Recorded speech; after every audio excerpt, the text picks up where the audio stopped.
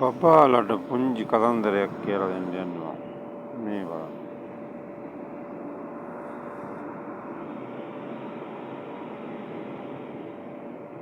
බබාලගේ පුංචි කතන්දර. මානම් වැඩි ඉන්න ආස කරේ කුස්සියේ. ඇයි කුස්සියේ කොච්චර අමුතු දේ තිබුණාද? කොච්චර අමුතු දේ කරුණාද? මිරිස් සබරන ගල මිරිස් සබරන හැටි. කිසිම කලබලයක් නැතිව මහා කල්පනාව ගිල්ල අපේ කැරලයින් වම්බටු කැකිරි වාගේ එළවලු කපාපු හැටි.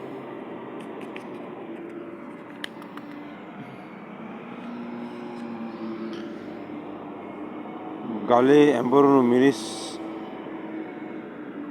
කරල් අන්තිමට රතු තලක සහිත බෝලයක් වුණු හැටි. තුනපා බෝල් කට්ටේ නොයෙක් පාට බෝල.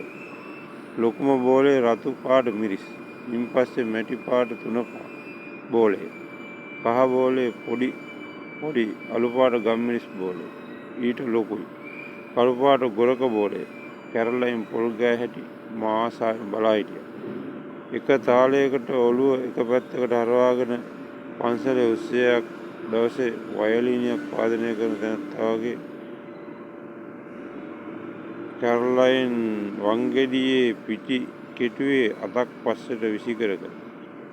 හොඳි හැදිගෑ වේලාවට කැරලයින්ගේ මූණේ තිබුණේ ආදරයක් මුහු වෙච්ච පෙනුමක්.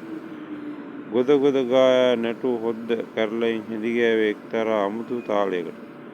උයන කෑම කෙරේ ආදරයක් හිතේ ඇතුව ඉව්වහමයි වැඩියෙන් රස වෙන්නේ. අම්මා කැරලයින්ට කියා දී. කුස්සියේ තිබුණා ලොකු හාල් පෙට්ටියක්. එහි තිබුණේ හාල් විතරක් නෙමෙයි. පෙට්ටිය ඇතුළ කොටස් දෙකකට වෙන් කරලා.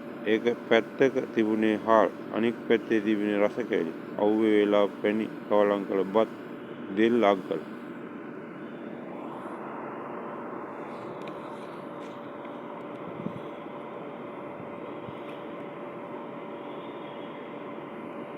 කුස්සියේ ලිප් දෙක තිබුණේ පොළොවට වඩා ටිකක් උසින්.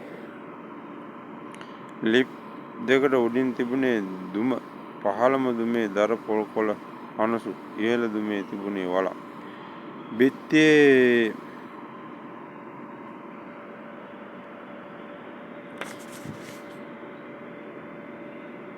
තැන් තැන්වල එල්ලා තිබුණා කුල්ල, වට්ටි, අලු ඇතුළු පත පෙනේරේ හැඳි ආන. දුමේ යටිපැත්තේ මුට්ටියක තිබුණා කෙළවරක ඉඳහිට පැණි මුලකුත් දුමේ යටිපැත්තේ එල්ලා තිබුණා. ගේ පිටිපැත්තේ මිදුලේ දර මඬුවක්. එහි අයිතිකාරයා වයිට් අපි බල්ලා. ඌ ගෙදරින් පිට නොවේ කොහෙවත් ගියේ නෑ. මිදියා ගන්න රුසියා. ඒත් පටුස්සකු හරි එතනින් ගියොත් ඇති මහා අයියෙන් ගොරවන්න.